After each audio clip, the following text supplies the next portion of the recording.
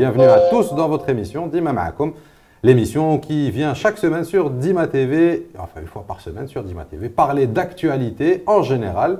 Particulièrement dans cet épisode, on va parler d'actualité culturelle avec nos invités et du nouveau à venir pour cette première semaine d'octobre. Donc, alors, sans plus tarder, on va rentrer dans le vif du sujet avec nos invités. À ma gauche, Lotfi Attal, vous l'aurez reconnu, la légende vivante. Lotfi Attal est hadir معنا, l'Ostora al-Hayya. Lotfi Attal hadir معنا. Merci d'avoir accepté notre invitation, Lotfi, d'être avec nous présent. Merci beaucoup. Nidal Mellouhi, qui est à ma droite pour son actualité, qui va se dérouler cette semaine. Nidal, merci d'avoir accepté notre invitation et d'être parmi nous aujourd'hui. Merci de nous avoir invités aussi. Wow, bien sûr, bien sûr. Tiré par les cheveux. Il faut passer toujours par les bons films. Et avec nous aussi, Sarah par Zoom. De loin. Sarah de loin. De loin, de près. Bonsoir. Bonsoir. Salut. Bonsoir. Alors, رانا من المؤمن اليوم باش نحكيو لكم على الفيلم اللي راح يجوز في سينما لينكولن في باريس. Le film qui va passer à la salle Lincoln, au 14 rue Lincoln à Paris, ce 5 octobre. Le film Selmiya, premier ouvrage cinématographique dans lequel Nidal se met derrière la caméra, un court-métrage qui sera en compétition, en compétition. Donc dans la catégorie des courts-métrages, Nidal, c'est ça, hein? Oui, c'est bien ça. Présent. Non. 13 minutes, ça va, oui. Marlatch? 13 minutes 12, oui. Et secondes. 13 minutes 12 et secondes. 12 secondes. 13 minutes et 12 secondes. On va faire... Pour que ça soit précis. Sinon, on dit 13 minutes. Voilà. Le pitch. On va faire le pitch avec le réalisateur. Le pitch, c'est quoi ce film? C'est quoi Selmiya? Selmiya, c'est un court-métrage qui parle de l'engagement de l'artiste dans les révolutions. Comment un artiste il s'engage dans une révolution et il oublie toute sa vie personnelle, jusqu'à qu'il se rende compte qu'il a tout perdu. Il a perdu sa famille, ses enfants. Et au final, je vais laisser un peu la surprise. Au final, c'est aussi l'artiste engagé, ce que je voulais raconter dans cette histoire. Au final, l'artiste engagé, il a toujours besoin de ses proches. Et je ne vais pas raconter tout le... Ah oui, déjà 13 minutes, si tu racontes le tout, il faut si que tu racontes ça, oui. Voilà, j'espère que j'étais bref et... Non, ça va, bref, concis et direct. Ça خليت suspense pour que les gens viennent découvrir le film. يجوا يشوفوا الفيلم يتفرجوا على الفيلم ويحضروا معاك puisque tu seras présent à la projection. Oui, moi, Sarah, qui est la comédienne aussi dans le film. Qui partage avec toi l'affiche. Voilà, qui partage avec moi l'affiche. Il y a Lotfi aussi qui sera présent et d'autres membres de l'équipe de Selmiya. Voilà, Lotfi est présent. Même les mecs على جال الفيلم راح يجوا على جال Lotfi. Alors Lotfi, toi tu as signé la bande originale, le موسيقى تاع le court-métrage d'ailleurs. Comment s'est fait le contact entre toi et Nidal pour ce projet-là, puisque vous vous connaissez hors cadre de ces projets-là. Mais le projet, comment s'est fait le contact? Ouais, bon, ça a été justement, j'avais envoyé cette musique-là à travers le net. Et étant donné que Nidal, on est constamment, on s'envoie des mots de temps en temps de Bel-Abbès enfin de Petit Paris à Paris. Ouais, c'est ça, c'est bien ça, ouais. C'est ça. Donc on est un peu complices. Il y a une complicité parce que quand on démarre sur des discussions, on ne s'arrête pas. Donc on se dit on va voir, il vaut mieux. Il vaut mieux qu'on se... C'est Aoulazou, minimum. Wow. Finalement, il m'a dit qu'il y a un morceau qui m'intéresse, que tu as envoyé sur le net. Voilà. Il n'y a pas de problème. Tu envoies un contrat, on signe un contrat, on laisse ça. Et c'est vrai qu'il y a des musiques, des fois, qui interpellent les personnes, les artistes, tout ça. Et nous, en tant que musiciens, c'est-à-dire, quand on envoie un truc comme ça, on s'adresse à tout le monde. Parce que c'est un... Comment on appelle ça? C'est un langage universel. Et surtout quand on parle de musique instrumentale, ça parle de, c'est tout le monde qui est interpellé.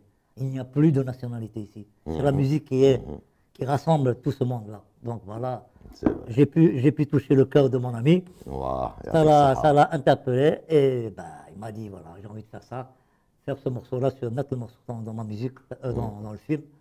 Là, voilà, Deux d'ailleurs. Et, Deux et- morceaux. et un deuxième, Ouais. j'ai oublié. يا اخي ما نسيتش في الكونطرا Il est dans le contrat, mais je ne sais même Oui, pas. oui. Mais en fait j'ai entendu juste morceau, le hasard. Ce morceau-là, j'étais en train d'écrire ce scénario. داكور C'est pour داكور ça ouais. je... دونك Après, قعد لك داخل راسك تخلي في راسي وقلت كاين un morceau qui correspond à telle scène. ايوا قعدت ندور حتى ودي l'a republié Lotfi. داك Quand je l'ai entendu, j'étais Lotfi, c'est celui-là. Même voilà. le son particulier que tu utilises dans ta guitare, le son Raina Rai, le tin, tin, tin, Oui, ça c'est un son c'est une signature. qui n'existait pas. C'est le son qui est Ouais, sorti par la guitare de Raina. Il paraît même que tu as une Thunder à ton nom, la Thunder Atta. C'est Non, vrai, non, ça, non, ou- non, non. J'ai une C'est une Fender. rumeur. Je suis un collectionneur de guitares. J'ai une trentaine, une quarantaine de guitares. Ça aurait pu, hein. Oui, oui, pourquoi Ouais. pas. C'est un Et- guitar héros et aussi. Thunder à votre. Justement, il y a ce chroniqueur français qui est en train de parler de ça. Il dit que voilà, l'Algérie, voilà, ce guitariste-là, il est hors pair. On n'a pas encore entendu un guitariste pareil. Il y a eu, c'est vrai, il y a des bons guitaristes. Et bien sûr, Ouais. mais comme j'ai dit tout à l'heure, chacun son style. Mais moi, mais c'est différent. Moi, si tu veux, je ramène ce qui manque à l'Europe, à l'Occident, le côté culturel. Cette identité, tu vois, c'est l'humain. Qu'on a été, bon, qu'on le veuille ou pas, on a été colonisé, qu'on le veuille ou pas, c'est la vérité. Et je véhicule, j'ai dit à cet ami-là, je véhicule une double culture. Donc, mon savoir-faire, depuis 62 à 80, moi, je n'ai fait que de la musique occidentale. J'ai fait que du hard rock, j'ai fait toutes les musiques du monde, j'ai fait même du jazz, du blues, enfin, j'ai côtoyé presque tous les guitaristes du monde entier. Mais la prise de conscience, de se dire, bon, c'est bien beau de faire cela, Mais elle est où mon identité? et moi qui je suis. Voilà. Donc, Mais c'est marrant parce que ça me rappelle, pardon de vous couper, mais ça me rappelle moi comment j'en suis venue à la musique. Parce que j'ai commencé à être chanteuse de métal quand j'avais à peu près presque, je sais plus, 18-20 ans.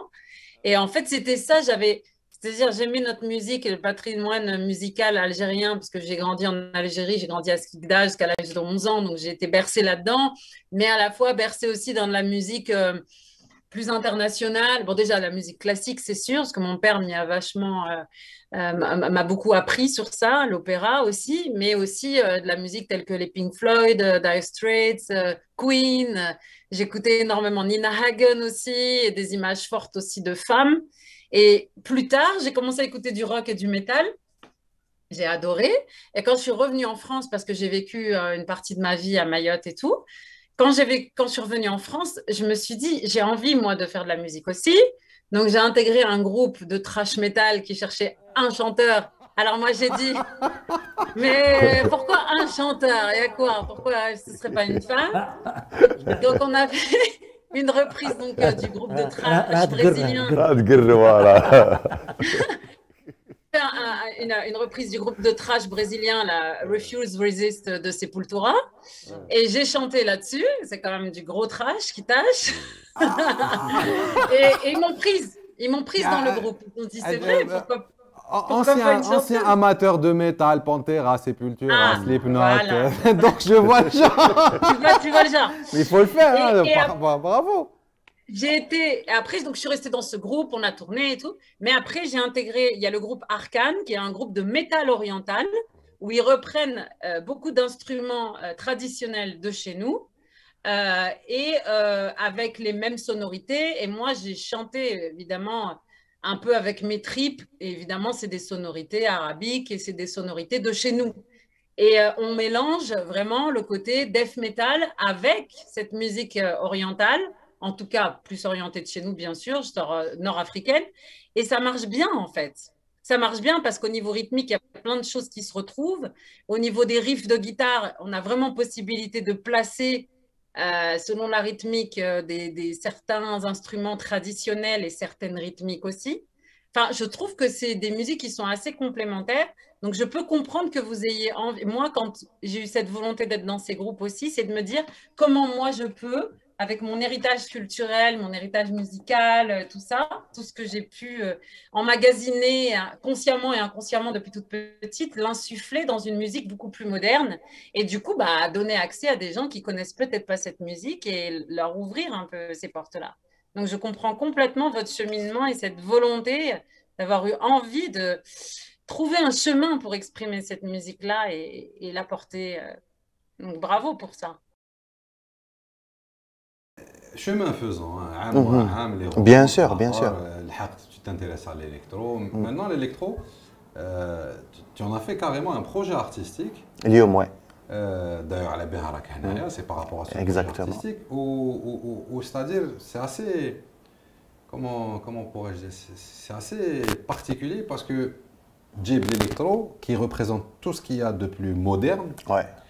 pour récupérer du patrimoine et le remettre au goût du jour et le refaire découvrir quelque part. Exactement. Et tu t'attaques à un des monuments du patrimoine musical algérien.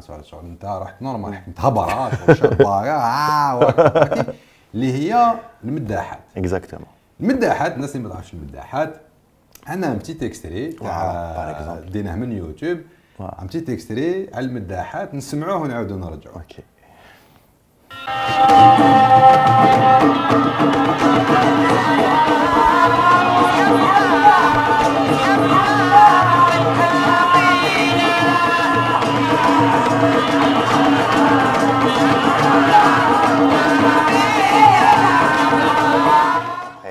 Il y a le côté مداحات وين هادو تاع الوست هادو تاع الغرب هادو مداحات من الغرب. مي المداحات كاع تاع الغرب ما كاش مداحات. كانوا في لي مارياج الجيروا ثاني كانوا يديروا شويه مداحات ولا سي. Je pense c'est un autre répertoire وقيلا يعيطوا للفقيرات mais je pense non c'est même pas ça.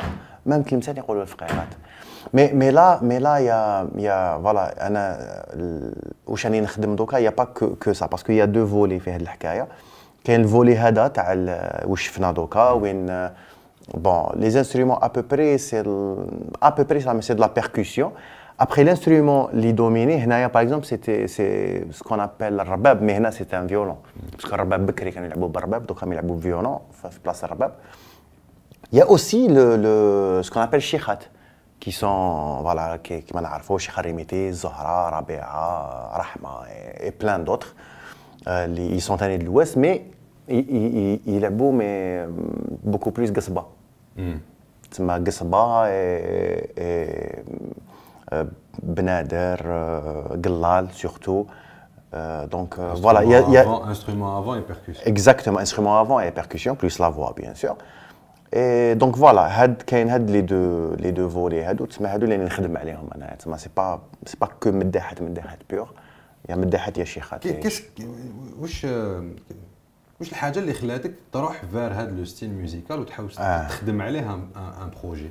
Bon d'abord pour commencer انا مغربي. Je suis انا شغل اصلي مغربي. Bon ما عشتش بزاف عشت quelques années mon enfance في غليزان. Mais même هذوك لي quelques années اللي عشتهم في غليزان bon je me souviens العراس كانوا يدوني صغير وكانوا العراس بمداحات و c'était ça. D'ailleurs, il y a quelques mois, on a perdu monument في المداحات في غليزان qui est Sabria, الله يرحمها. C'était une voisine. C'est une icône في المداحات في غليزان et في الوست كاع. Donc déjà que خلاص بداو يروحوا ريبرتوار ما كاش اللي يرفدوا عليهم. On voit rarement مداحات دوكا بلا فاصون اللي كانت بكري. سي فري كو خرج واحد الكورون هكايا مي بوكو بلو شونتي بار دي زوم سانتي بوطاريت منا سا ريست توجور في هذاك الشيء. كاينه حاجه واحده اخرى سي كو بزاف ريبرتوار راي الي جاي من المداحات ومن الشيخات. كاع على بالنا بوتيتر كاع على بالنا جو سي با اسكو كاع على بالنا بهذا الشيء مي اون بارل rarement de ça parce que après الراي donc c'est même بكري je pense c'est une musique masculine chantée par des hommes. Il y a eu des femmes mais beaucoup plus d'hommes et la source c'était une musique chantée par des femmes. En fait c'était ça le point de départ.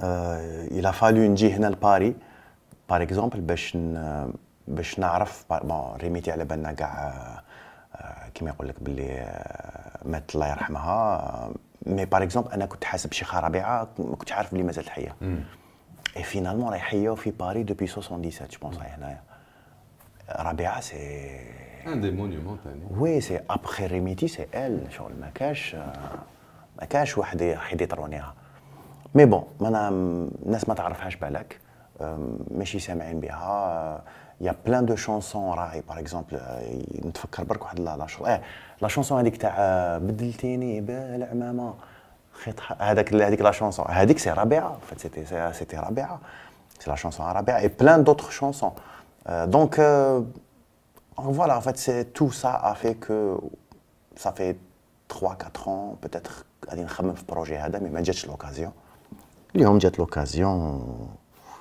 ولا كيف يقولوا فات لوكازيون الوقت ولو طون بور باسكو لا جو me consacre qu'à ça c'est grâce à la résidence هذه et voilà je suis en train de bosser على بالي واش راح يخرج je sais pas je sais pas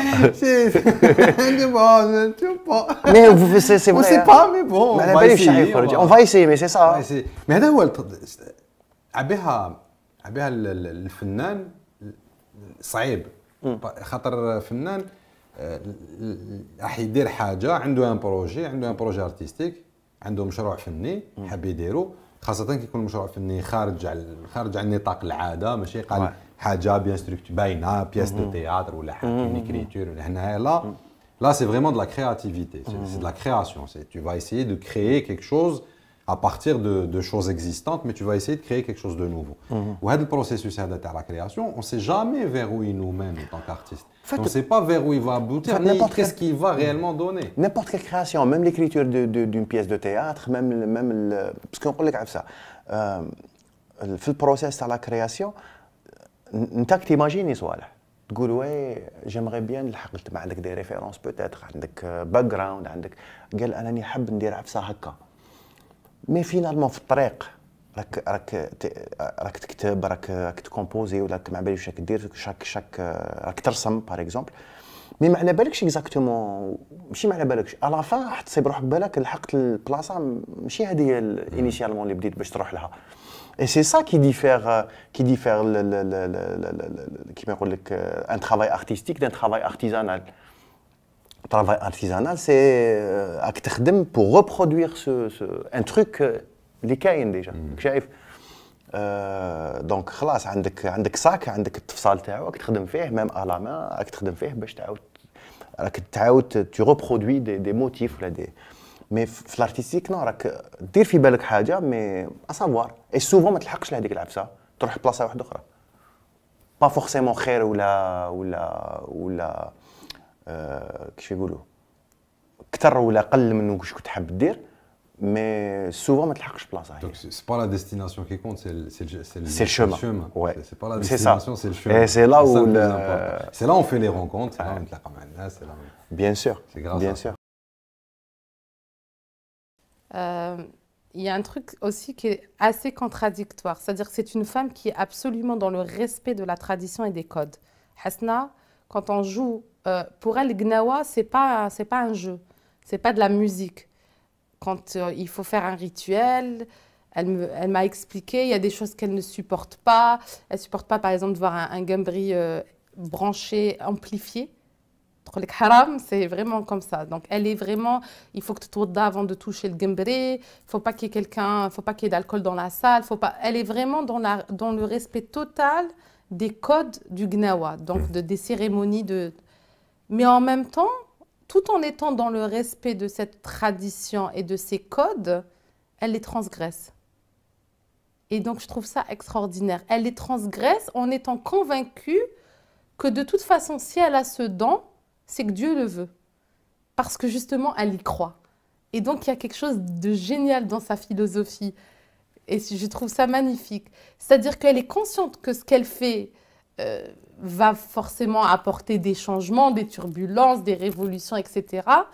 Mais elle te dit, Rabbi Bra. Elle sort toujours cette phrase que je trouve magnifique. Et pour moi, c'est la plus belle des croyances. Elle ne juge pas. Et si les gens pouvaient être comme ça, te dire Bibra. Voilà. Il a voulu que j'ai. Il n'y a personne pour reprendre. Son frère était parti, ensuite il est décédé. C'est elle qui a eu l'appel du Gnawa. Elle a répondu. La preuve, elle est autodidacte. Je veux dire, le Gmbri, elle l'a appris seule. Hein. Et que ce soit le Gmbri, la guitare, le banjo, elle joue de plusieurs instruments. Elle a reçu l'appel. Elle s'est dit. Et d'ailleurs, dans le film, à un moment donné, elle dit Khbza, jabha li rabbi. Donc, je trouve que c'est génial. Je trouve qu'il y a quelque chose de magnifique et qui force encore plus le respect avec elle. C'est-à-dire, je vais faire ma révolution.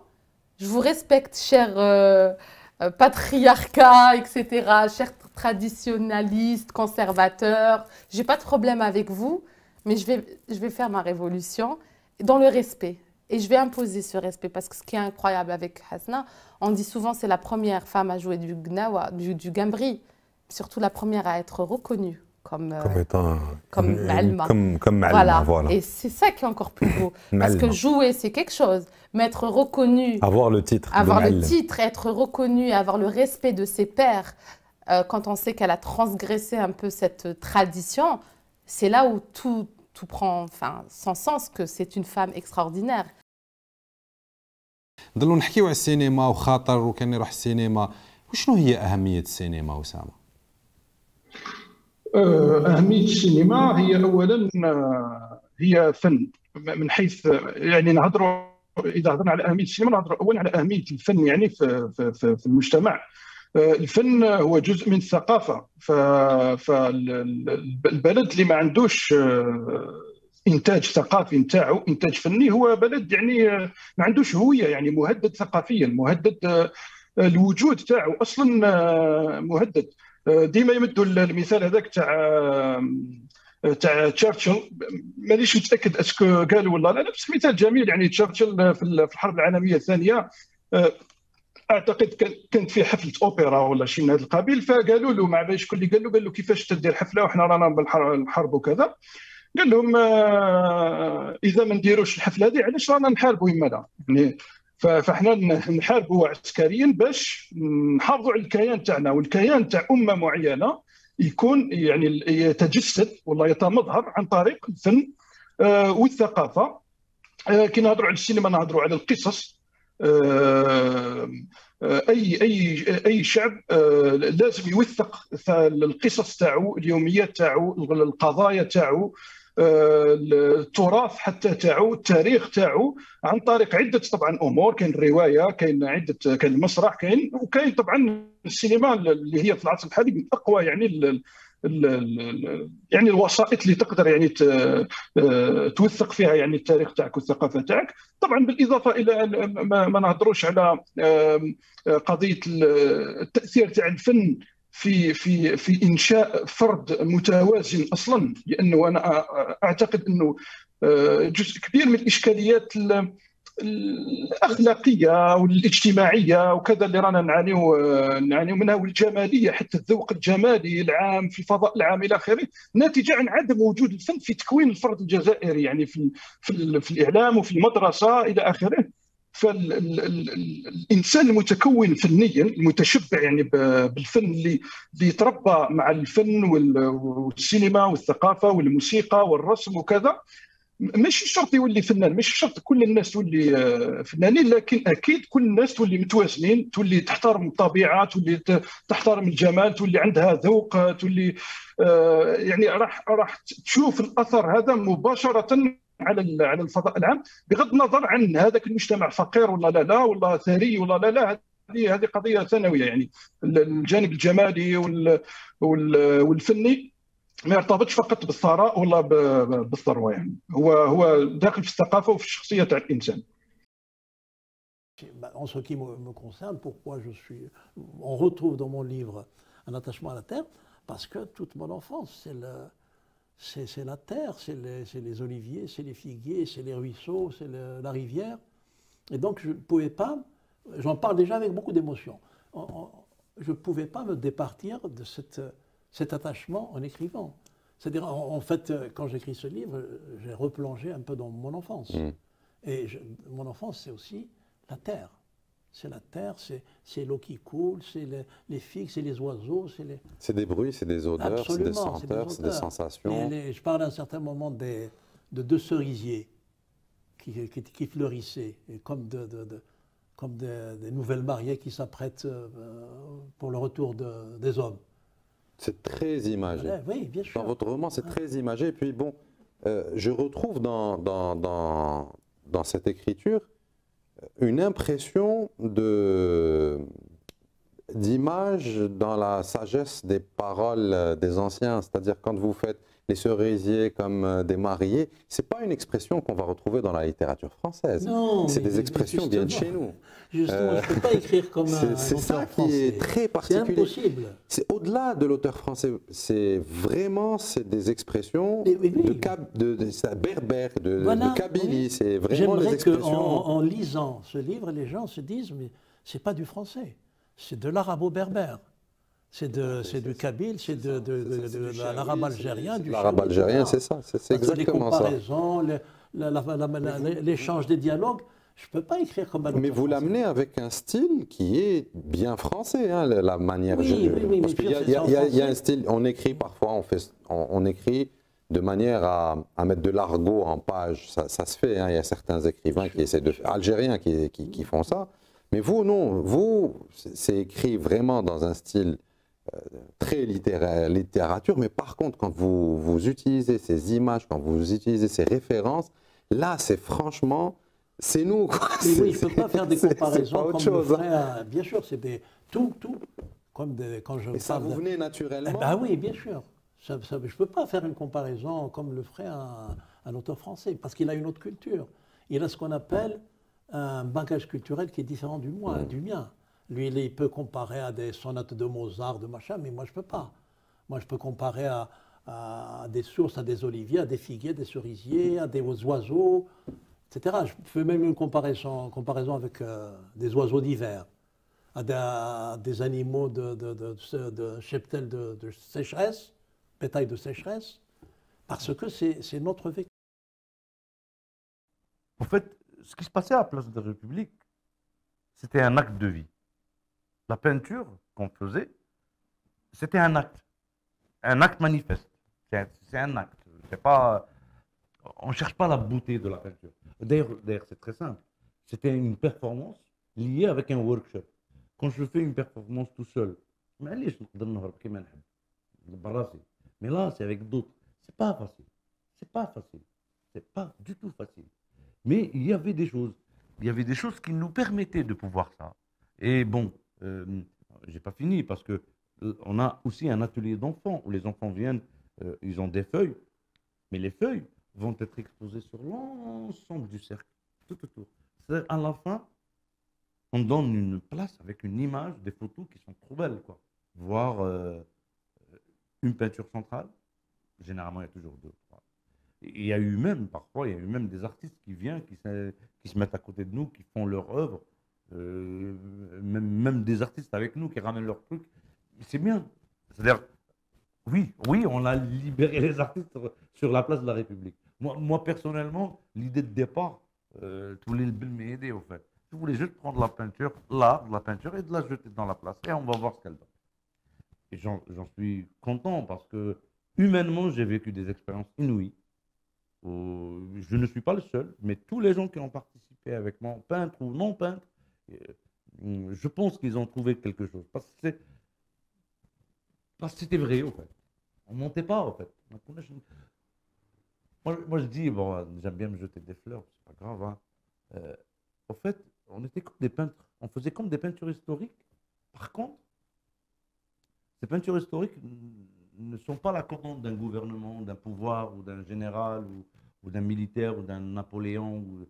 C'est le peuple qui nous commande des œuvres. Nous, on n'était que des exécutants, et on essayait de faire ça.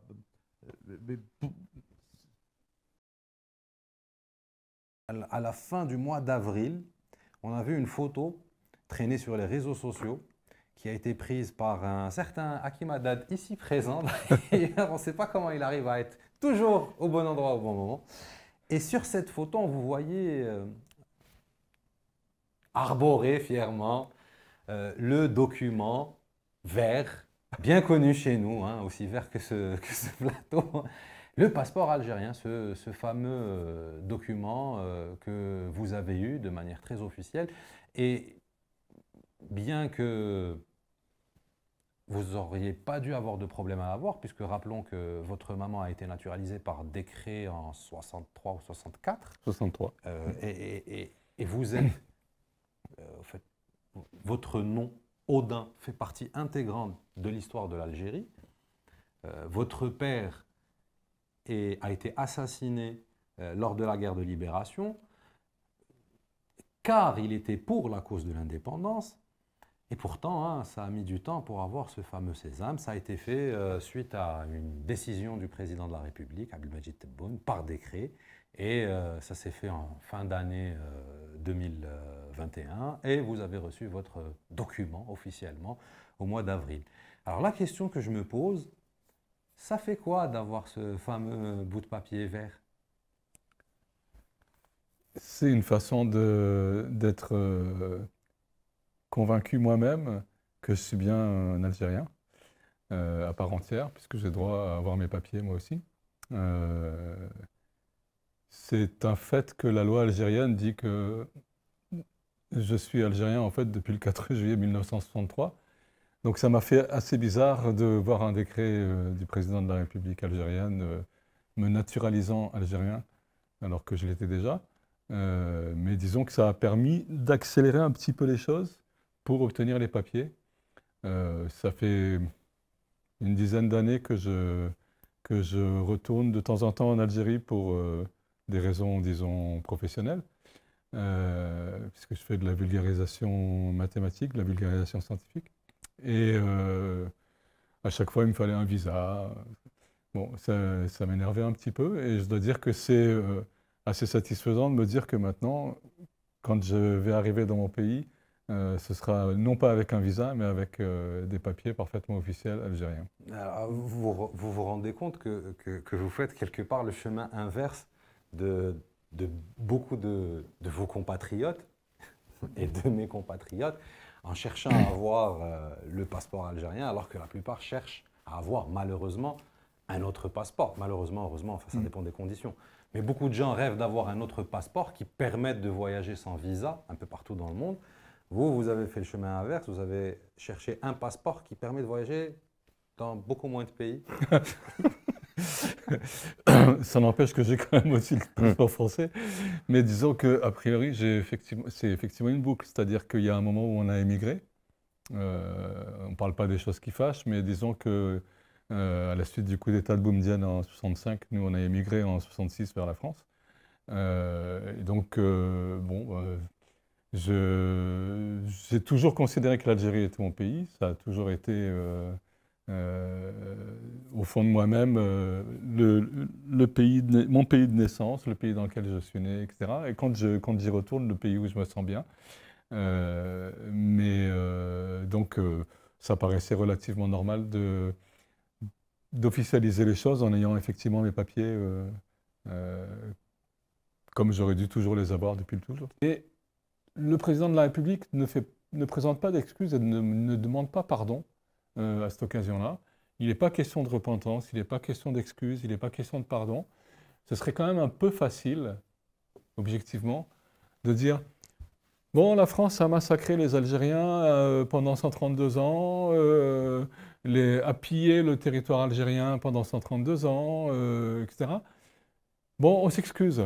Voilà, c'est bon, hop, c'est fini. » Non, ce serait trop facile de dire on s'excuse, voilà, et puis l'Algérie accepterait les excuses, et puis voilà, on n'en parle plus.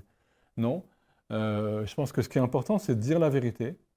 Typiquement ce qu'a fait le président de la République à propos de Maurice Audin et de la torture pendant la guerre d'Algérie. Bon, il y a d'autres choses à déclarer, mais de ce point de vue-là, il a été assez loin, je pense.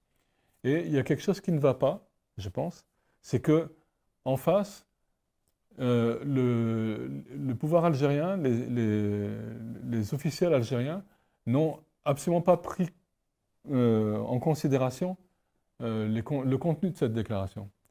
Ils ont dit c'est une affaire franco-française, c'est pas vrai. C'est pas une affaire franco-française, c'est une affaire qui concerne la France et l'Algérie.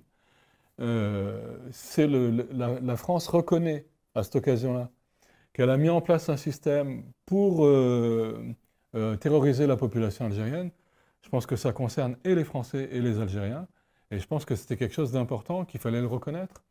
Et que si les Algériens, si le pouvoir algérien avait reconnu l'importance de cette déclaration par rapport à ce qui s'est appelé la bataille d'Alger, qui est-ce qui a appelé ça la bataille d'Alger? C'est Massu qui a appelé ça la bataille d'Alger. Pour moi, une bataille, c'est une bataille entre deux armées. Là, il ne s'agit pas d'une bataille entre deux armées, il s'agit de l'armée française qui terrorise la population algéroise et algérienne en général, qui s'en prend, qui exécute des Algériens comme ça. Quand elle a envie, quand ils ont envie, les militaires français, ils peuvent arrêter n'importe qui, ils peuvent faire n'importe quoi avec. C'est quand même quelque chose qui n'est pas une bataille entre deux armées, mais qui est vraiment quelque chose de scandaleux, quoi. Trop facile d'appeler ça une bataille. Parlent d'un choc des civilisations et font remonter ces relents racistes, notamment vis-à-vis de la religion de l'islam ou encore du judaïsme, à l'époque des croisades et de la reconquête de l'Espagne qui était sous domination musulmane, l'Andalousie. Ils font remonter tout ça à cette époque-là et disent que ce n'est qu'un fait naturel des choses, ça continue, c'est une continuité de cette lutte entre l'Occident et l'Orient musulman et l'Occident chrétien. Et ça continue à ce jour, seulement sous d'autres formes un peu plus, comment dire, un peu moins visibles. Ce n'est pas une guerre directe, mais ça reste toujours dans ce conflit civilisationnel. Est-ce que ces personnes ont raison de raisonner de cette manière? Alors, je vais faire une réponse partielle sur un point qui me paraît absolument fondamental. Ceux qui aujourd'hui prétendent que l'islam serait par essence une religion de guerre et que l'islam serait par exemple par essence hostile aux juifs, oublient, ce qui n'est absolument pas un détail, qu'à la suite de l'expulsion des juifs d'Espagne par Isabelle la catholique, où ces juifs se sont réfugiés après avoir été expulsés d'Espagne, spoliés de leurs biens et privés de tous leurs droits dans le royaume d'Espagne. Ils se sont réfugiés principalement dans des contrées islamisées depuis longtemps au Maghreb, et beaucoup d'entre eux se sont réfugiés dans la capitale de l'Empire ottoman, dont j'ai ouï dire qu'elle était évidemment cette capitale, une capitale musulmane, c'est évidemment à Constantinople, où ces juifs ont été accueillis, où ils ont fait souche et où ils sont demeurés pendant des siècles. Et donc, il faut absolument falsifier, c'est-à-dire répondre point par point et contredire celles et ceux qui tiennent un discours parfaitement essentialiste en faisant croire qu'on a affaire effectivement à un choc des civilisations.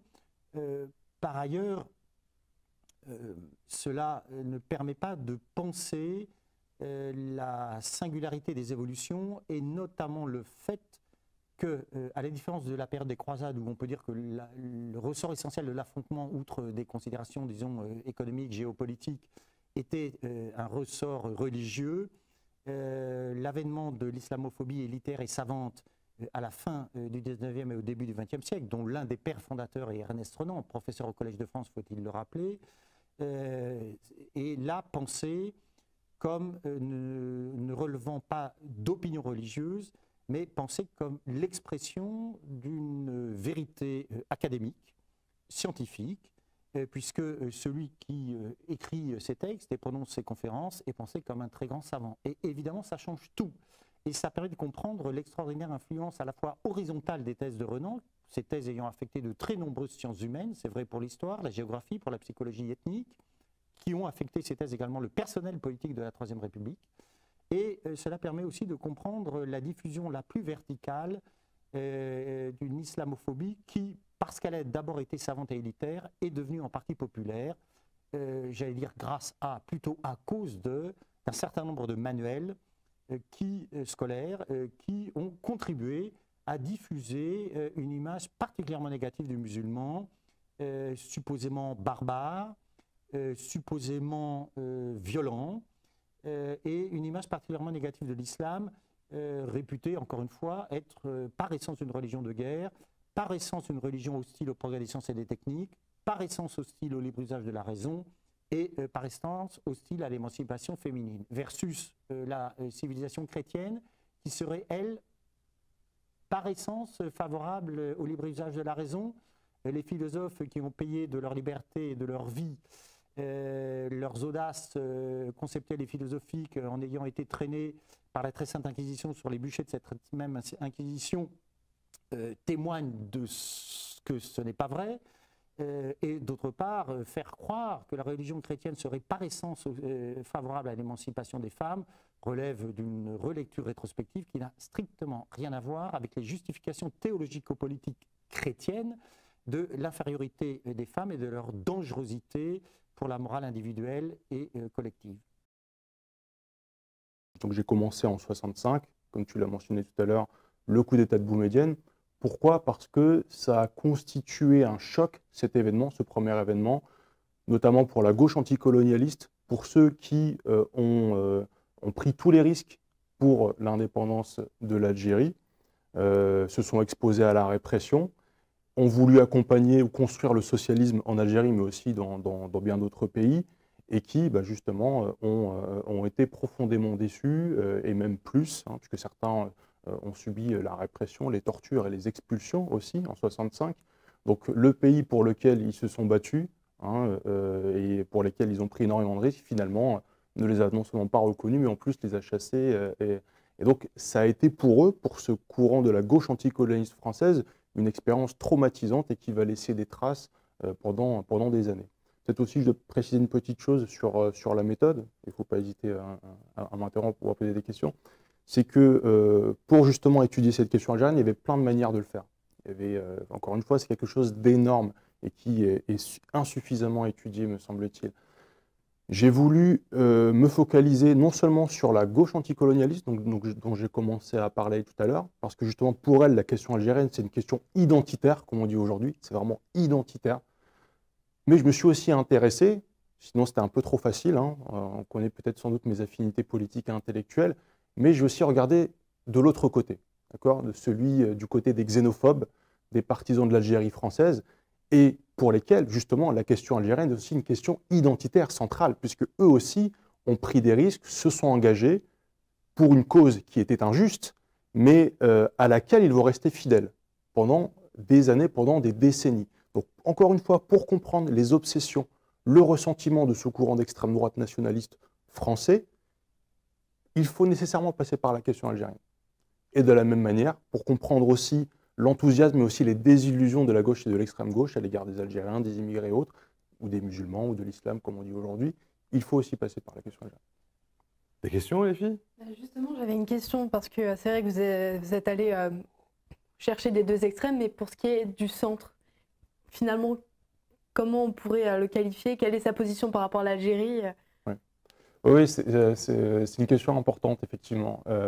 Bon, moi, ce qui m'intéressait vraiment, c'était les deux, de porter l'attention, de souligner, de mettre en lumière les débats qui alimentaient les deux pôles antagoniques. Ces deux pôles, alors ça pouvait paraître un peu simple, mais je trouve que c'est intéressant dans le sens où on voit aussi comment l'un va perdre de l'influence dans la société par rapport à l'autre. Il suffit de voir le nombre de députés d'extrême droite qui sont aujourd'hui à l'Assemblée nationale en France, et comment aussi ce camp-là, qui a pris malheureusement de l'importance, a pu peser sur les débats publics. Il suffit de voir comment ils ont réussi à normaliser, à banaliser des thèmes tout à fait nauséabonds, en jouant sur le racisme, mais en jouant sur le ressentiment précisément de la perte du joyau de l'Empire, qui était l'Algérie, et en jouant aussi sur l'incompréhension, ou sur une équation, vous savez, l'extrême droite, mais pas seulement, joue souvent sur des affects, sur le ressentiment, sur la peur,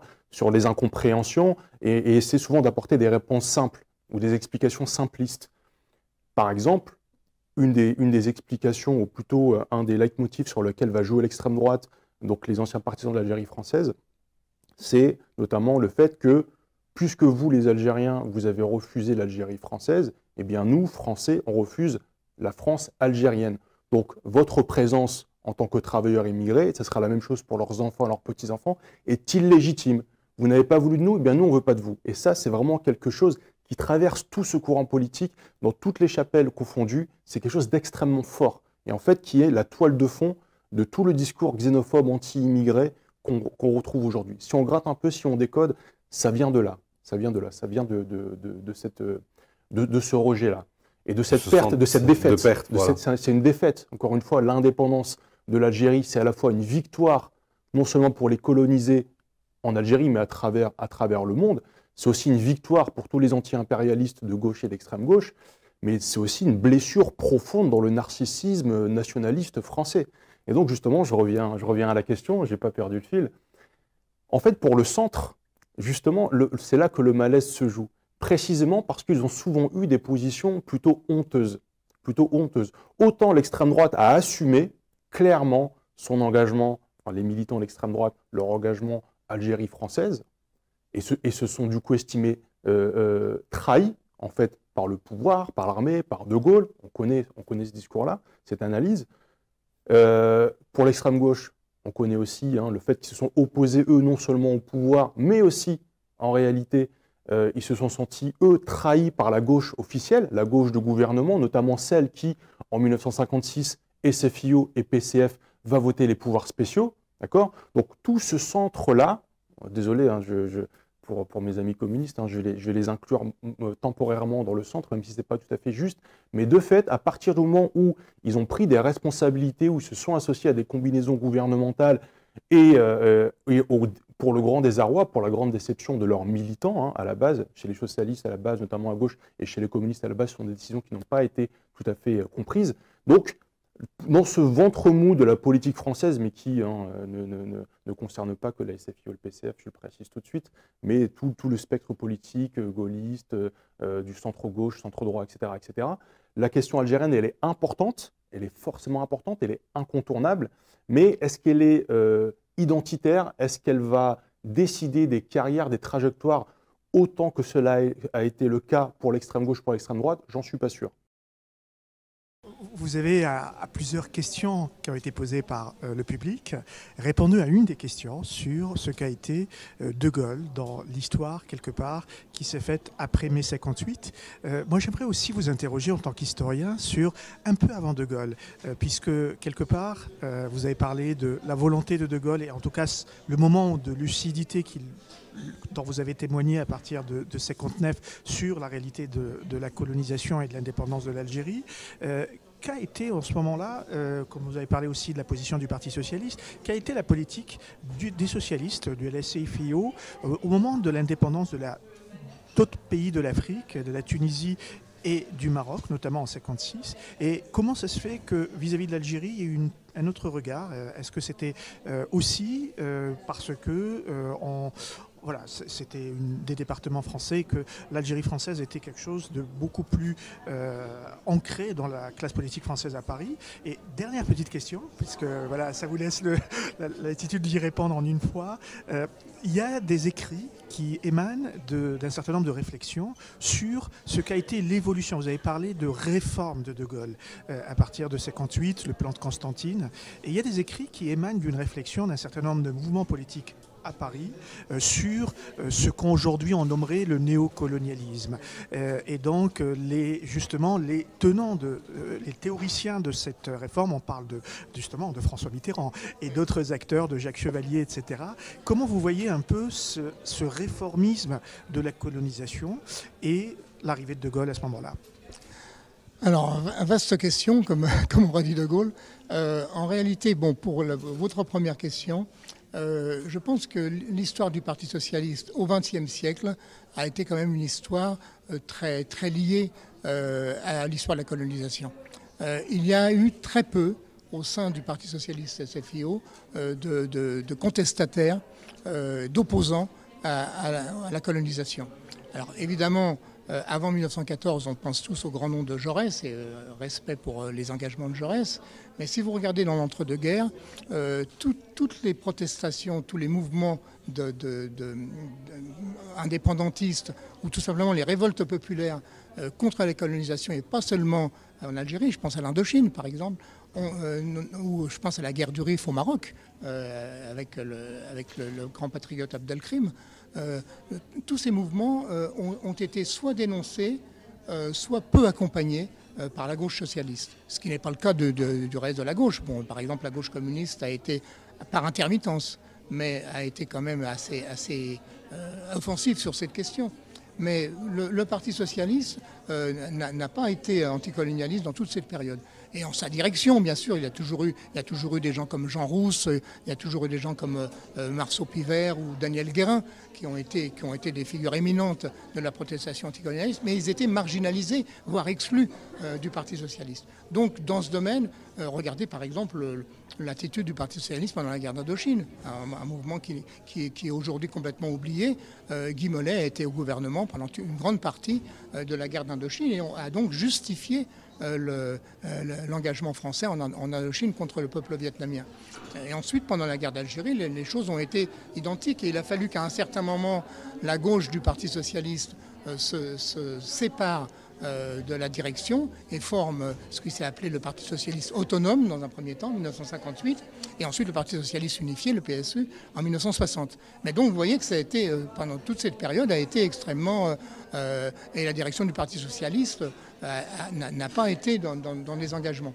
Au moment de l'intronisation de De Gaulle, par exemple, donc je crois, si je me souviens bien, le 1er juin 1958, le groupe socialiste est coupé en deux.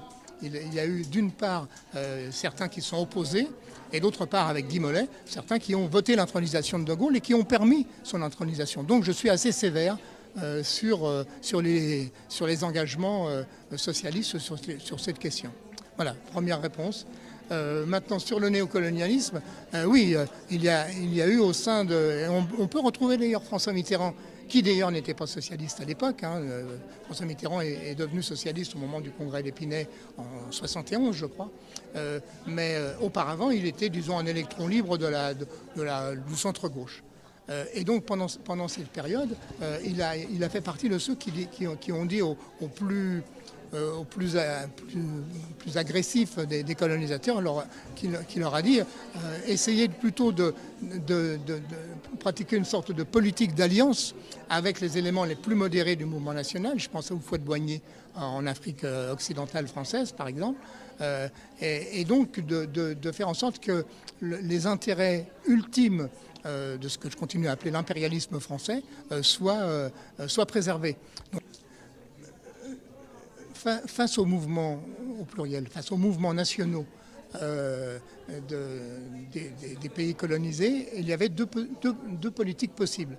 Soit l'affrontement violent, la répression, et les classes dirigeantes ont le plus souvent utilisé cette méthode. Et à un certain moment, il y a toujours eu des éléments dans les classes dirigeantes, dans les gouvernements, et pas seulement sous la 4e République, ça existe sous la 3e République aussi, des gens qui étaient considérés comme des libéraux, ce qu'on appelait des libéraux, comme Albert Sarraut, des gens comme ça, qui disaient il faut faire quelques concessions, quelques réformes pour préserver l'essentiel, c'est-à-dire préserver la domination. Et si, devant le mouvement des populations, si la concession consiste à renoncer au drapeau, eh bien renonçons au drapeau, mais gardons les intérêts centraux. Et donc voilà, on est dans cette situation où, pour préserver l'essentiel, on a pu renoncer parfois à des gouverneurs généraux et mettre à leur place des présidents un petit peu manipulés. Et de nouveau, je peux citer Houphouët-Boigny, qui était vraiment l'exemple le plus manifeste de cette collaboration. Certains marxistes pourraient dire une collaboration de classe. والجزائر أهل الجزائر بلد المليون شهيد يعني أهل الجزائر كتير بنحبهم أنا شخصيا بحبهم وكان كمان إلي واحد من أفلامي انعرض بالجزائر مرة والجمهور الجزائري كان كتير رائع ورحب فيني كتير وبالفيلم واستقبل استقبال كتير حلو الببغاء كمان وكانوا لأنه كمان بيحكي عن فلسطين فكانوا كتير الجمهور يعني جمهور مهم بالحديث عن فلسطين وعن الجزائر، أنت تعرفي أن قصة العشق والحب الموجودة بين البلدين هي قصة عميقة جدا، والشعبان يعني تقريبا شعب واحد، يعني ما فيش يعني هناك مؤازرة أكثر يعني للشعب الفلسطيني أكثرها من عند الشعب الجزائري. هل مثلا في مشاريعك المستقبلية تودين إنتاج فيلم مثلا يحكي هذه القصة الجميلة بين الشعبين الفلسطيني والجزائري؟ كل شيء ممكن أكيد، بس أنا ما بنكر أنا معجبة كتير بالشعب الجزائري. هو شعب يعني مناضل، وزي ما حكينا التاريخ يعني بيشهد، وعندهم مبدأ يعني وموقفهم من القضية موقف كتير بيورجي الأخلاق بتاعت الشعب الجزائري. فطبعا بتشرف أكتب إشي عن هيك عن هاي العلاقة وهذا الشعب وهاي الوطنية والقومية. Qu'est-ce qui vous a amené au monde du cinéma en général? Eh bien, c'est la découverte qu'un film, eh bien, c'est un monde artistique qu'un cinéaste m'invitait à découvrir. Ce sont des émotions, ce sont des histoires, des voyages qu'on me propose ailleurs, des fois. Des fois, c'est à côté de chez moi, mais des fois, c'est ailleurs. C'est, oui, des contes, de la magie, une aventure qu'on me propose, je ne sais pas ce que je vais découvrir. Et ça nourrit mon imaginaire, ça nourrit ma vie. Comme quand je lis un livre, c'est le même plaisir. Donc j'ai découvert la littérature de la même façon, j'ai découvert le cinéma, et puis à un moment donné, j'ai découvert que le cinéma, il y avait des possibilités d'avoir une place privilégiée où on pouvait les voir avant les autres et pouvoir après essayer de tout faire pour donner envie à le plus de monde possible de voir les films que je trouvais importants pour moi et pour les autres. Et donc après, ça n'a pas cessé. Donc j'en vois pour moi et puis pour les autres, pour le transmettre cette passion-là, la vivre pleinement et la transmettre. Lors de ce festival et des différentes éditions, quel est le souvenir qui vous a marqué, qui reste comme ça, qui remonte inconsciemment des dernières éditions?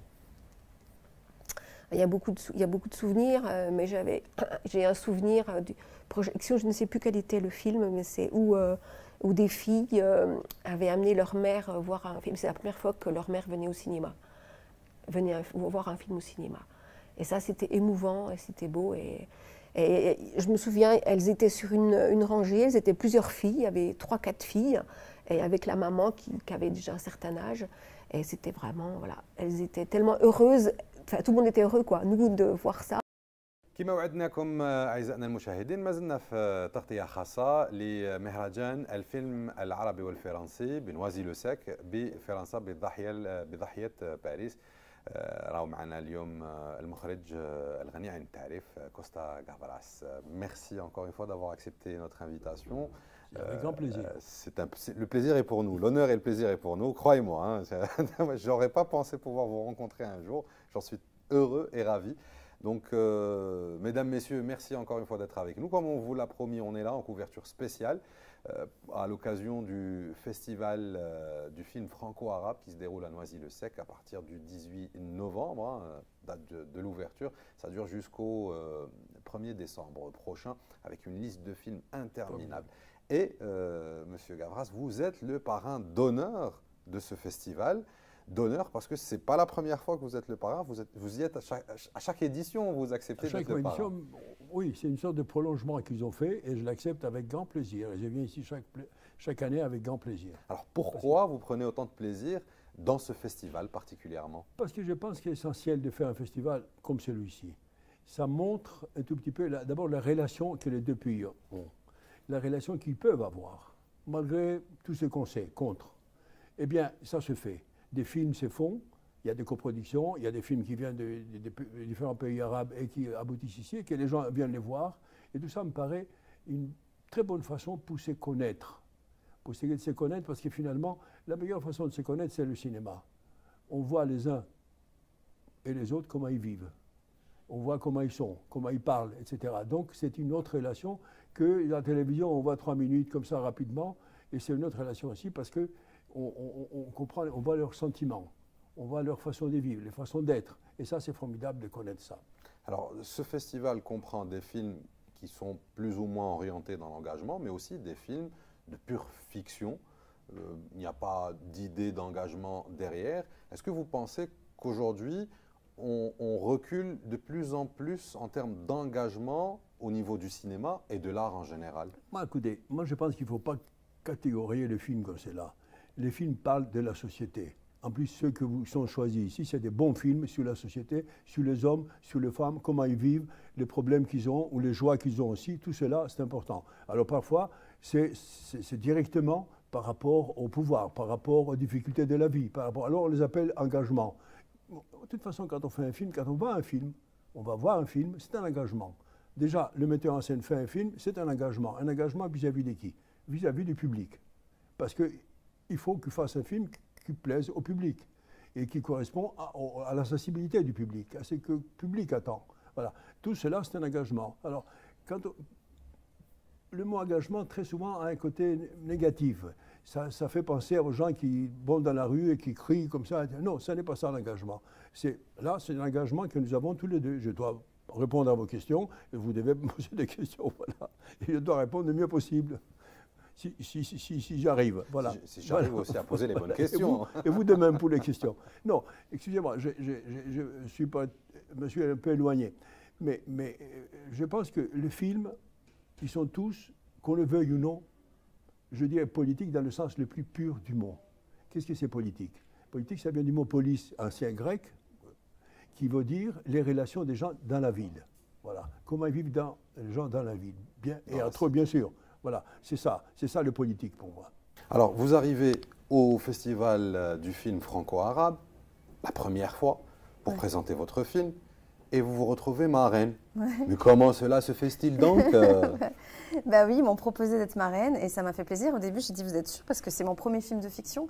J'ai réalisé d'autres longs métrages documentaires, enfin un long métrage documentaire, et j'ai produit d'autres documentaires, mais j'avais jamais réalisé de fiction, et marraine, ça donne toujours cette impression que faut avoir vécu quand même. Oui, il faut avoir vécu. Et en même temps, je crois que c'est le parcours de ce film, c'est-à-dire qu'on est parti de quelque chose de très minimaliste, très simple, avec un casting dans la région de Kessra, de Maktar, et avec des non-acteurs. Et tout d'un coup, on se retrouve à la quinzaine des réalisateurs du Festival de Cannes. Et donc, il y a quelque chose comme ça, cette espèce de plongée extraordinaire. Et je pense que tout ce qu'on a vécu depuis ce moment-là, c'est-à-dire tous les autres festivals et l'accueil du public, a fait que c'est vrai qu'on a une expérience. Parfois, les gens peuvent avoir des expériences accélérées. C'est-à-dire que tout d'un coup, tu vis beaucoup de choses en peu de temps. Et ça ne veut pas dire que j'ai vieilli, mais... Ça vous fait peur d'être marraine comme ça là? Non, pas du tout. Non, ça va, c'est pas une grosse responsabilité? Non, pas du tout, ça me fait plaisir. Je le prends avec beaucoup d'humilité. Et au contraire, c'est un honneur. Et ça me fait plaisir parce que ça met en avant le cinéma arabe, le cinéma tunisien. Le cinéma maghrébin. Voilà, enfin voilà. Donc et puis moi, je suis franco-tunisienne, donc ça fait du sens. Je me sens un peu chez moi dans ce festival-là. Un pied ici, un pied là-bas, ça fait plaisir. Oui, on est des deux côtés. Le sens de ce festival. Tout à fait. On est de deux rives de la Méditerranée, pas forcément par choix, parce que l'histoire, parce que la condition sociale de nos ancêtres, parce que le hasard, enfin plein de raisons. Mais au fond, notre humanité nous rapproche. C'est un petit peu oui, ça. Oui, parce qu'on est vraiment, enfin moi je suis vraiment quelqu'un qui pense parfois en arabe mais qui doit s'exprimer en français, ou qui rêve parfois en français mais qui doit s'exprimer en arabe, enfin, donc c'est tout le temps comme ça. Vous avez justement essayé de traduire une vie extraordinaire qui est l'engagement extraordinaire de Zahia pour sa passion, mais aussi pour son engagement dans la société. Est-ce que c'est aussi quelque chose que vous vouliez absolument incarner, cet engagement pour la société, pour un travail avec le groupe, pour pouvoir justement imposer aussi le rôle de la femme dans un métier masculin? Complètement. Parce que c'est que, oui, bien sûr, évidemment, je trouve que de toute façon, c'est toute l'histoire du film. On voit à quel point c'est dur d'être dans un milieu d'hommes, bon, un peu dans tous les métiers, mais notamment dans la musique, puisque ça n'existe presque pas. Et lui dit, chez les Bida, qui dit les femmes, elles restent pas, elles sont assistantes. Donc, déjà, de montrer ça et voilà, de montrer aux gens que c'est possible, ça premièrement, c'est ce qui m'a séduite. Et puis je trouve que c'est important aussi de dire qu'en banlieue, effectivement, on n'a pas d'argent, mais on a... C'est quoi qu'il dit? On n'a pas de pognon, mais on a de l'imagination. Voilà, on n'a pas de pognon, on a de l'imagination. Mais c'est vrai, en vérité, c'est ce qu'elle... Et du talent. Ce début du mois a vu se dérouler la 12e édition du Festival international du film de la diaspora africaine avec la projection de 13 films, dont une première mondiale et 2 inédits en Europe, et ce du 2 au 4 septembre dernier à Paris. Une belle occasion pour les amateurs de cinéma de rencontrer des réalisateurs, des producteurs et des comédiens venus accompagner les projections.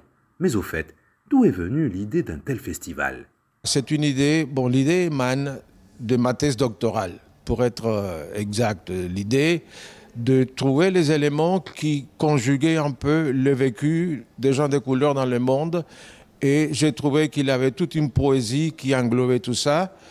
Et quand j'étais dans les salles de classe de la ville de New York, j'ai constaté que les élèves étaient plus réceptifs à un film qu'à une conversation à propos d'un auteur. Il y a une certaine tradition avec ces festivals.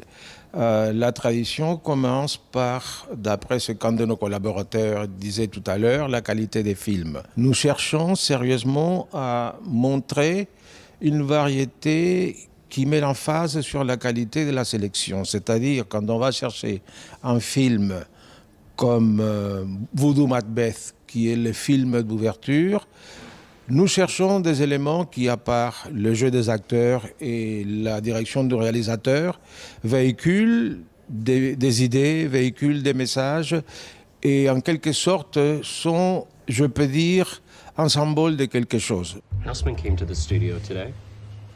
And what did they want?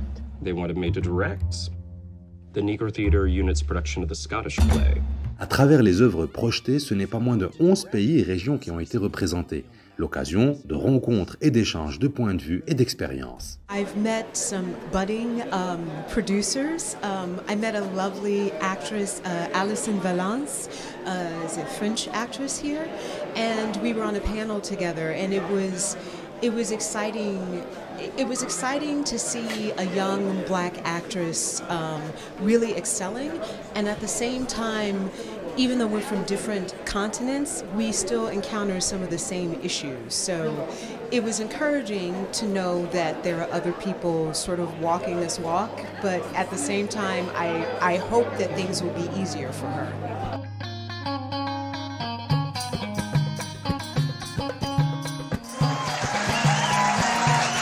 Des rencontres entre inconnus, mais aussi l'occasion de se retrouver, comme c'est le cas pour Shirsi des Bémols, venu assister à la présentation inédite en France du tout premier projet documentaire de Sarah Nasser consacré à la diva du Gnawi, Lalla Hasna al-Bcharia, la rockeuse du désert.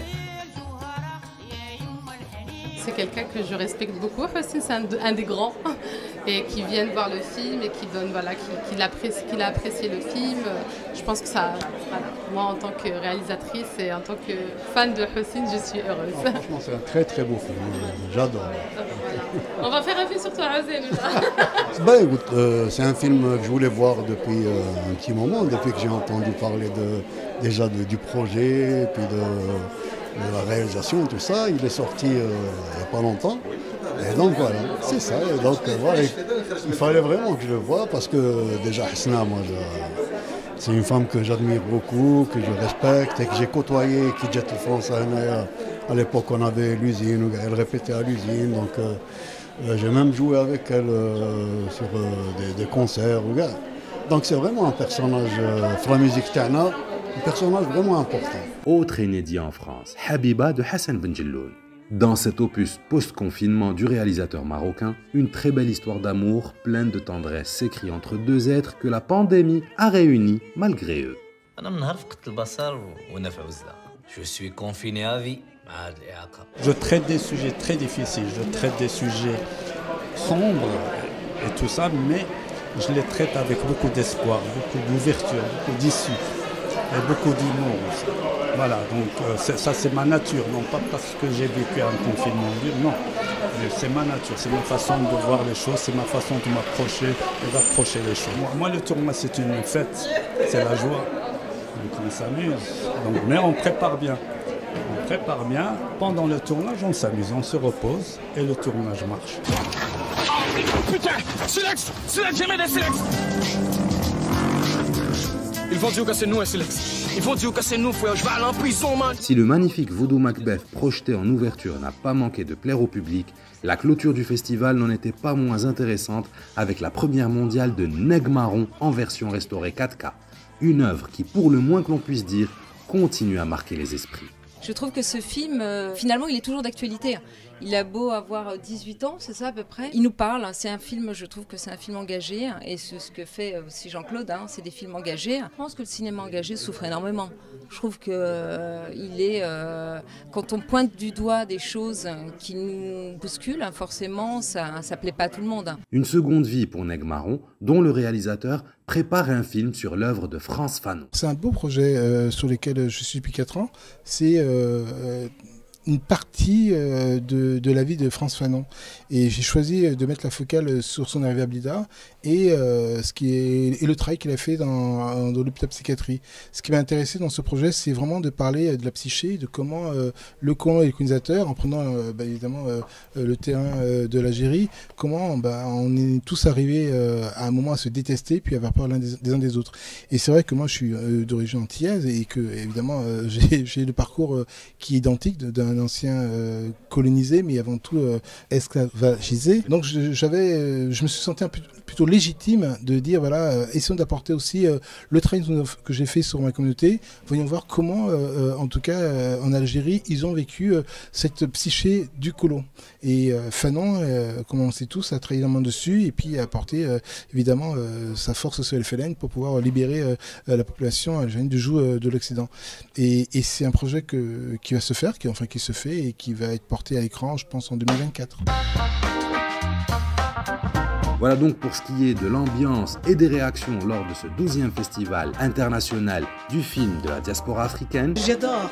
Mais pour un bilan plus détaillé et les rendez-vous à venir, je vous propose de suivre l'interview que nous a accordée Madame Diarane Daouspech, co-directrice du festival. Madame Diarane Daouspech, merci d'avoir accepté notre invitation et d'être avec nous dans le studio pour parler du Festival international du film de la diaspora africaine qui s'est tenu ce dernier week-end à Paris entre le 2 et le 4 septembre. Beaucoup de participants, des films très très intéressants, mais je vous laisse nous faire le bilan. Ça serait plus intéressant que ça vienne de vous, car vous êtes cofondatrice du festival et co-directrice du festival. Écoutez, merci déjà beaucoup pour l'invitation. Merci de nous avoir accompagnés pendant tout le festival. Ça a été vraiment un grand plaisir de voir la caméra et aussi de donner l'occasion à nos invités de partager un moment avec vos auditeurs. Donc, on apprécie beaucoup. Merci. En fait, on est très contents avec cette édition du festival. C'est la 12e édition à Paris. On avait dû s'arrêter pendant 2 ans à cause du Covid, voilà. Et donc, on était un peu incertain par rapport à comment est-ce quelle serait la réception. Mais en fait, on s'est rendu compte que vraiment, il y avait des gens qui nous attendaient, qui nous avaient suivis en digital et qui sont revenus en présentiel et qui étaient vraiment ravis. Et ça vraiment, je dois dire, je suis satisfaite. Je suis vraiment satisfaite. Les films ont été très bien reçus. Il y avait une grande diversité. Tous les invités étaient ravis. Les personnes qui sont venues voir les films étaient ravies. Donc enfin, vraiment, ça s'est très très bien passé. Je suis très contente. Anna, j'ai grandi déjà sur mon territoire familial, avec de toutes les couleurs déjà. Et puis surtout, mes parents ont beaucoup parlé à la maison, on débloquait, on dédramatisait, et parfois on en riait. Et je ne comprenais pas pourquoi on en riait, parce que c'était quand même des actes d'humiliation. Et je me tenais le ventre, en fait. Je me tenais le ventre au point où parfois on me jetait des pierres. C'est pas rien. Il y a eu des actes de violence quand j'étais gamine, quand j'étais adolescente. Je passe à autre chose. C'est-à-dire, on va parler d'autre chose de beaucoup plus grave. La sexualisation du corps noir, elle existe en fait. Je suis devenue adolescente, donc du coup, le regard a changé et donc il y a tout le fantasme qu'il y a autour. En plus, moi, je suis une métisse, donc je suis la mulâtre, je suis toute la littérature qu'il y a autour de la métisse en fait. Et donc, du coup, je vais pas raconter l'anecdotique, en fait, parce qu'à un moment donné, Frantz Fanon et Anas Fiqo, sur la question de l'aliénation, sur la question du dominant dominé. Et on a reproduit ça. عبر مواقع التواصل الاجتماعي، عبر الكومنت ولي رياكسيون، نلقاو علاش تقول عنصري، احنا ماشي عنصريين وانتم تاع برا وتاع الداخل. نقدروا نقولوا بلي كاين مواضيع تستلزم الجدل ومواضيع لا تستلزم الجدل، ولا كل المواضيع تستلزم انه يكون هناك جدل، ولكن لازم الجدل يكون بناء حتى نلحقوا المجتمع سليم؟ في الحقيقة عندما نتحدث عن الفضاء الأزرق أو الفضاء الافتراضي، تبقى المسألة الإحصائية في قراءة القيم، في قراءة المعايير، في قراءة النسب الأخلاقية ربما صعبة، حتى من ناحية أننا نقرأ قراءة مسحية لما يتداول على مستوى المواقع التواصل الاجتماعي، لأننا نتحدث عن تعبيرات ما بعد هووية، التعبيرات التي لا تعكس هويتنا في الحقيقة، وبالتالي تعكس مجتمع الفرجة كما قال جيديبور. نحن عندما نتحدث عن العالم الافتراضي نتحدث عنه بنزعة فرجوية، وبالتالي العديد من الذين ربما اقتطعوا تلك المقاطع إلى غير ذلك لأغراض نسب مشاهدة أو أغراض إيديولوجية أو ربما صراعات ما بين القنوات التلفزيونية أو ميديائية إلى غير ذلك، هذا ربما لا يتسع المقام للولوج إليه. ولكن عندما نتحدث عن مجتمع القيم، مجتمع الذي لا يتحدث عن الأخلاق بنزعة القوة، بنزعة من يهيمن على الآخر كما قال فريدريك نيتشه في جينيالوجيا الأخلاق.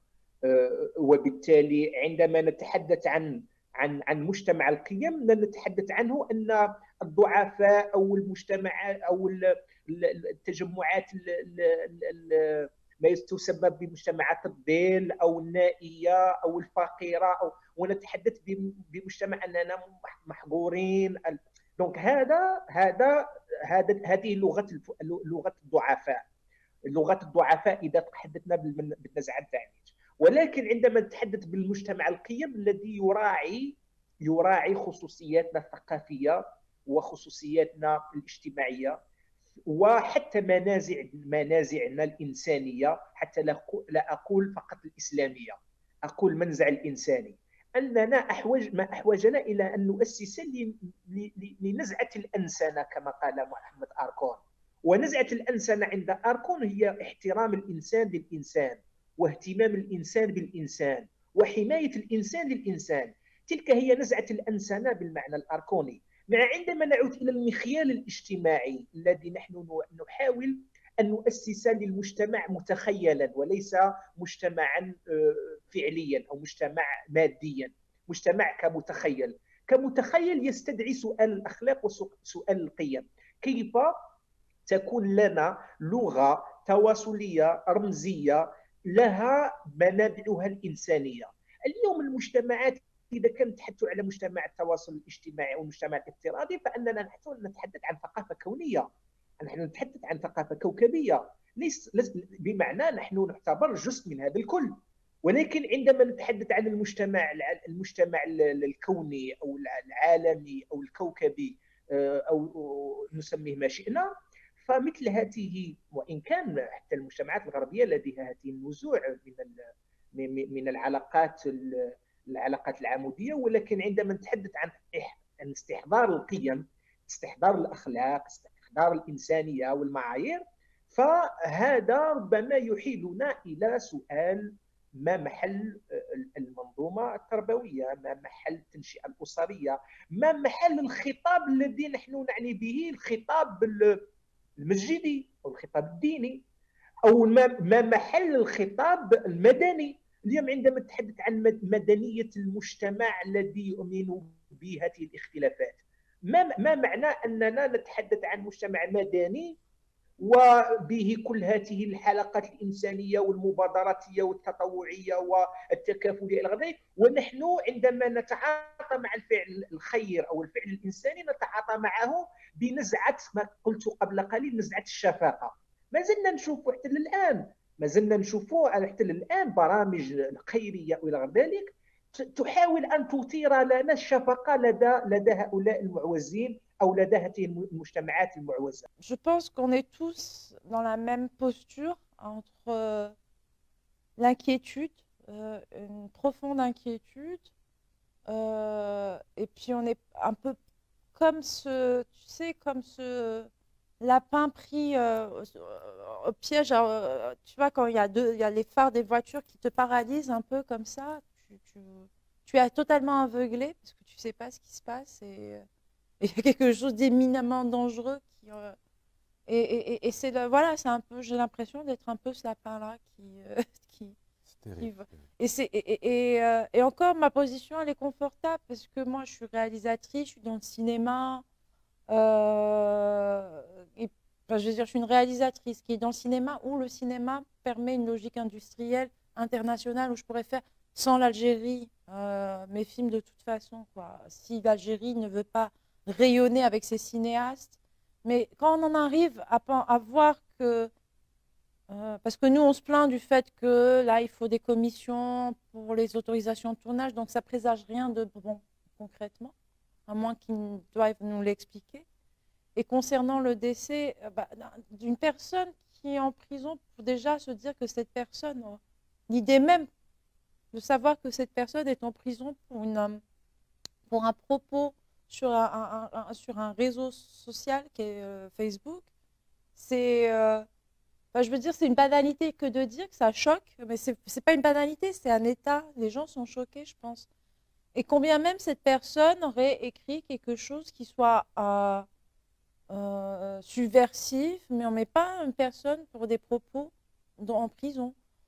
Il y a des lois, si on estime que il y a des lois, il y a des amendes, si on considère que ces propos peuvent porter atteinte j'aime pas l'idée de l'unité nationale est un mot pour moi qui est vide de sens en fait. Pour moi, je disais que j'ai un problème avec l'idée même du concept d'État-nation philosophiquement, c'est-à-dire que je ne remets pas en question.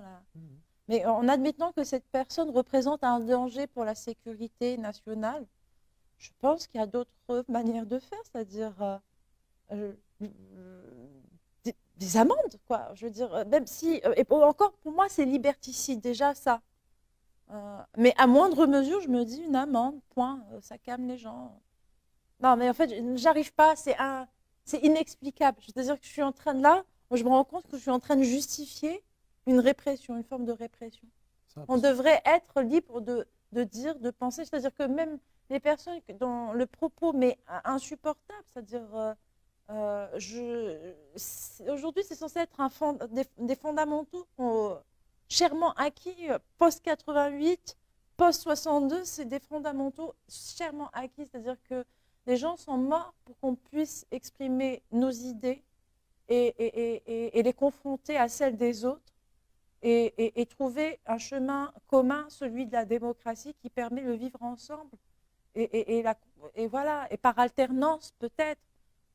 Et voilà, c'est à ça que ça servait. C'était à ça que l'Algérie était prédestinée par le combat des uns et des autres jusqu'en 88, jusqu'à la révolte d'octobre 88. Depuis l'arrivée de Sofia, on a une petite tradition qu'on fait quand on peut le faire. T'as واحد la capsule, t'as واحد العباد, t'as واحد البلاد عايشين في غابة. Et ça s'appelle Qalila ou Dima. Toi qui adores la littérature arabe. Ça me fait rappeler. Tout à fait. Tout à fait. C'est le but d'ailleurs. Si tu veux bien lancer la capsule, t'as Qalila ou Dima, t'as l'épisode d'Alium. On la regarde ensemble et après tu donnes ton avis si tu veux. Ah, tu peux dire j'ai pas d'avis, il n'y a pas de problème. Oui, bien sûr. Tu peux. Qalila ou Dima. Qalila ou Dima, c'est le 5e épisode. Je fais هنا. Cinquième épisode. C'est le 5e épisode. اقعدوا معنا في السانكيام épisode تاع قليلة وديما.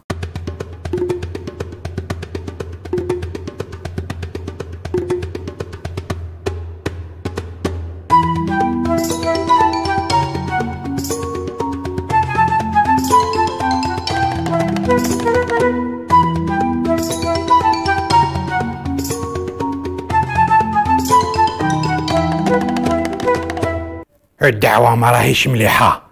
الغابة فقدت الاستقرار ديالها. رانا وصلنا لها ما بقاتش معيشة، لازم نتحملوا مسؤوليتنا. نظام الغابة ما بقاتش فيه فايدة، لازم نستعرفوا باللي غلطنا في القرارات تاعنا. لازم علينا نرجعوا الشرعية، ما بقالنا غير ندو لانتريت ونخلوا الحيوانات تعيش في حرية.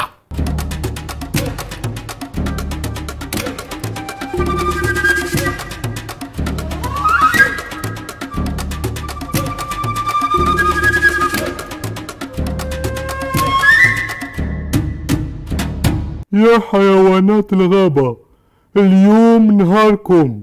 جماعة الفوق اللي عايشين في العلالي فهموا باللي خلاص لازم تغيير.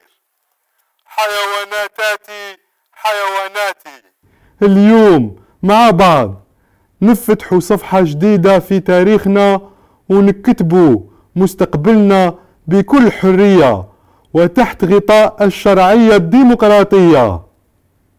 يا حيوانات الغابة، راهي بين يديكم وكرعيكم تلموا وقرروا شكون اللي يكون رئيس الغابة جديد.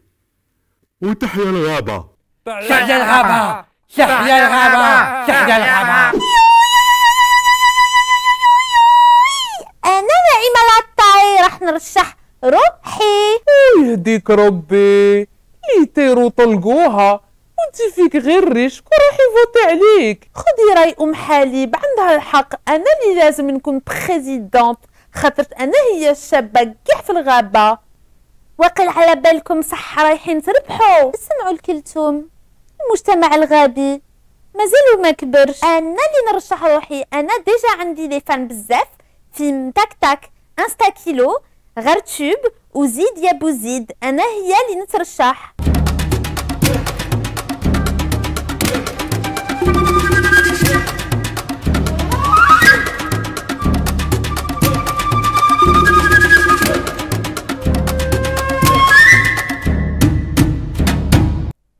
جمال، رشح روحك، انت راك موالف بالتسيير، عندك قهوة تمشي مليح، نورمالمون تقدر تمشي الغابة.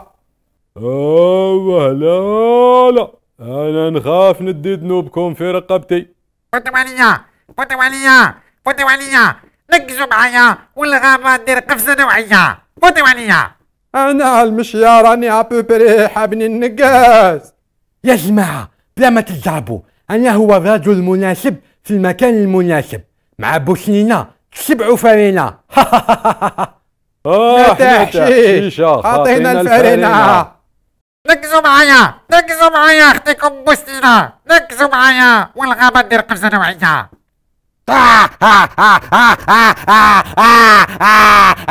الغابة هي اللي تقرر، الغابة هي اللي تقرر، الغابة هي اللي تقرر.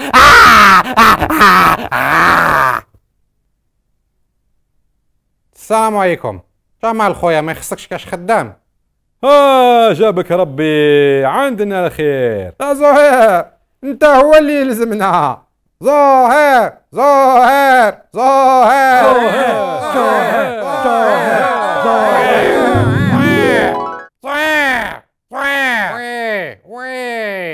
وي واش كاين؟ وين راني؟ راك في الحبس نسيت. جيت نطلع عليك، عم بات لي مت، تقلقت لو كان تموت دير لي واحد الخدمة كبيرة في البابراس. اسمح لنا كي رانا عايشين برك، راك مسامح دنيا واخرى، روح معني من جهتي. تسمى هذه هي تحيا الغابة، هي بدات تحيا الغابة.